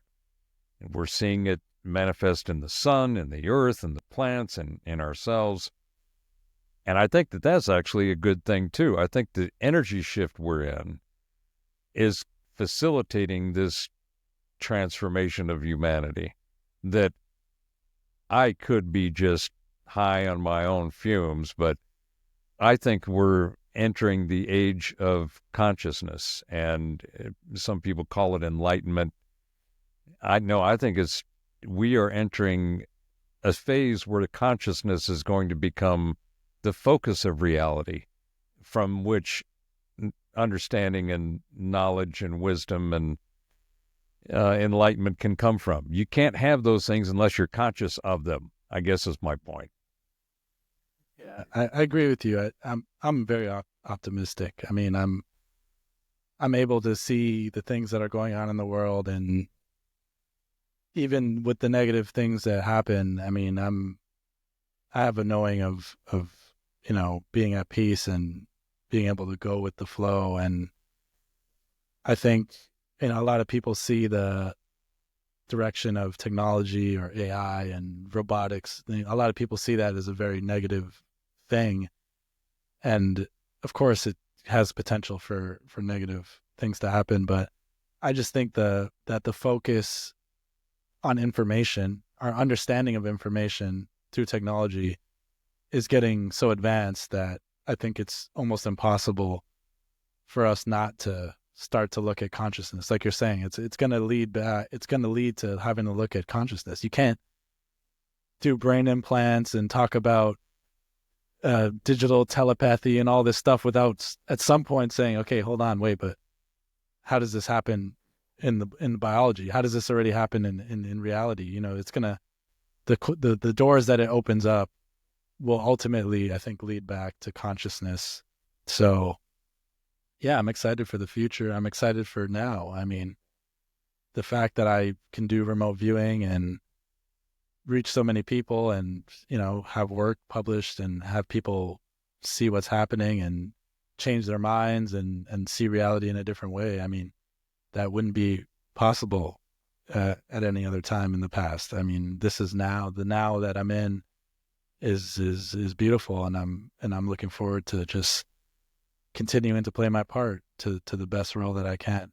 Yeah. Well, Nyiam, I am grateful to have been able to connect with you and have this conversation, and certainly just been in awe of watching your work unfold, and which led me to say, hey, I really got to talk to this guy, because he's connected in that space that I think our future is in. Our reality is now, but our future really is going forward. And I couldn't be more excited for the future of humanity, but I am extremely excited and very grateful to have met you and had this conversation about your experience in it, because I think you're in the pioneer. You're in lead Jeep, my friend.